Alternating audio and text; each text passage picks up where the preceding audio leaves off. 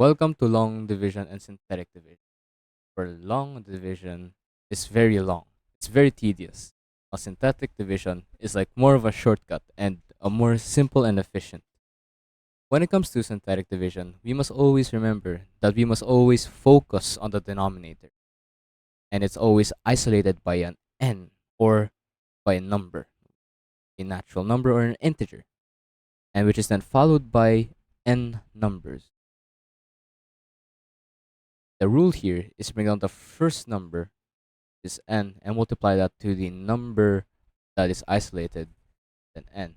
If this here says it's a positive, we add. If it says a negative, we subtract.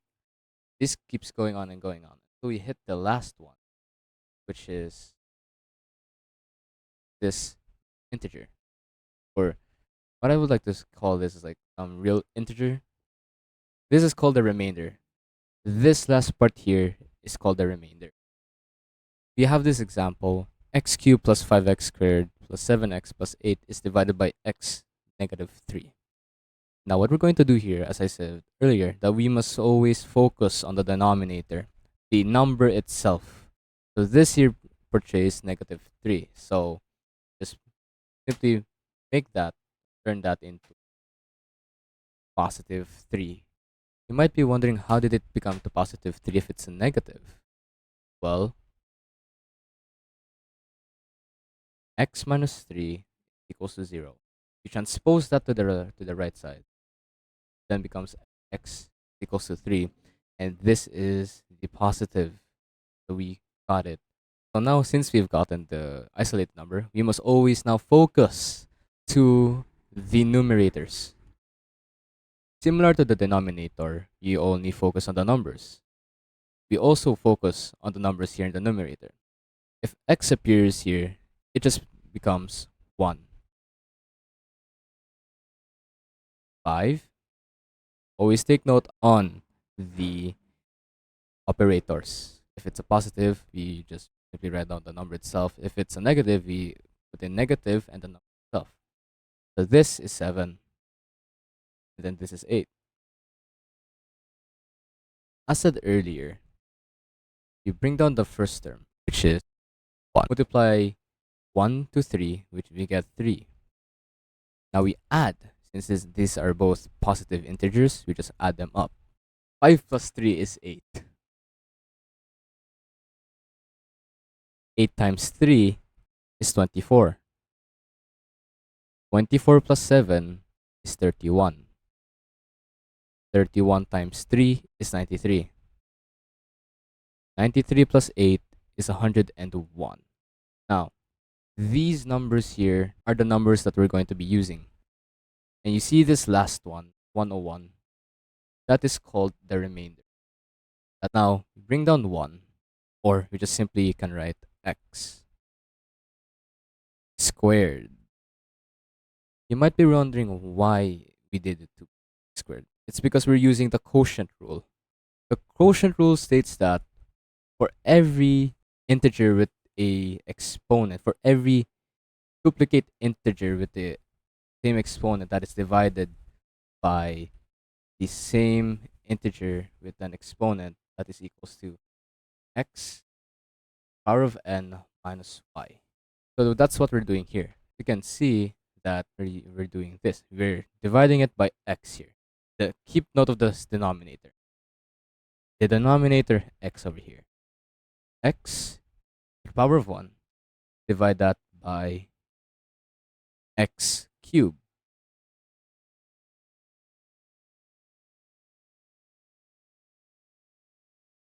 X cubed minus 1, x squared. So we just simply x squared. 5 plus x, this just becomes, the x here just becomes x itself. So we just bring down this 8x 31. X is already gone, so it's only 1. So if you just put that to 0, it'll be automatically here. So we just write down 31. Now what are we supposed to be doing with with the remainder? What we're going to do with the remainder is we're simply going to plus 101, divide that by x minus 3. This is going to be our final answer. Might be wondering 101 divided by x minus 3, how is that possible and how is it like we wrote that as our remainder? To put simply, for every remainder that appears, if it's 0, we just completely do not write it out. However, if a certain integer and that is greater than 0, you must always write it down by dividing it by the denominator. To repeat what I said again, for every integer that is greater than 0, always write it down as your numerator and divide that by your denominator. How about we use the same formula in long division? Keep note that long division is the most tedious part. It gets complicated the longer the equation gets. So for this example, we'll use our example that we did earlier. However, remember our quotient rule. We have x cubed. Put it here in the neighbor term. X squared multiplied by x is x cubed. X squared minus 3. X squared minus 3, this becomes negative 3x squared. X squared and x squared cancels. Positive minus 3. This is not completely applicable. So this here just becomes a positive integer. You might be wondering, how did it become a positive integer? We're subtracting it. That's the only way. So we make it to a positive. 5 plus 3, that is equal to 8x squared. Copy the leading term. 8 is our positive. So we write down plus 8. How did it become 8x if it's 8x squared? Again, the quotient rule. Remember the quotient rule. 8x multiplied by x equals to 8x squared. 8x minus 3 is equal to negative 24. Bring this down. Bring 7x down.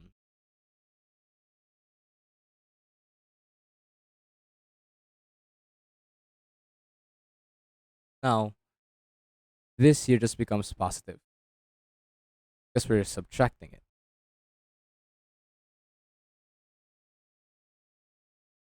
Eight x squared and 8x squared cancel.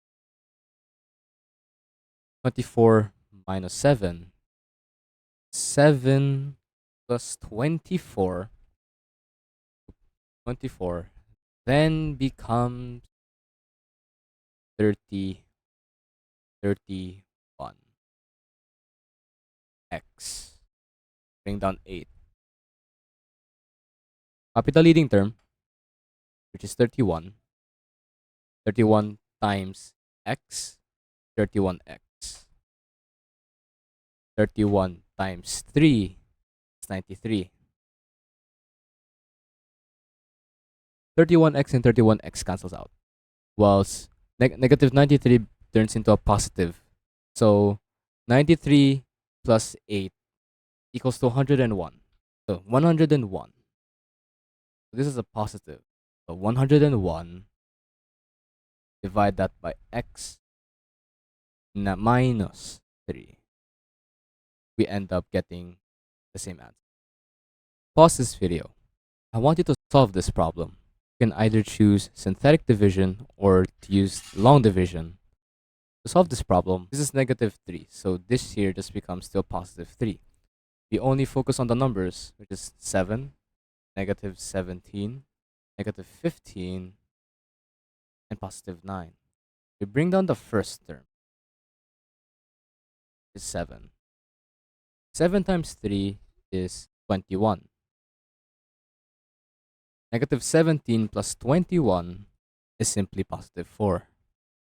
4 times 3, that is 12. Negative 15 minus 12 is 3. 3 times 3 is 9. 9 plus 9 is 18.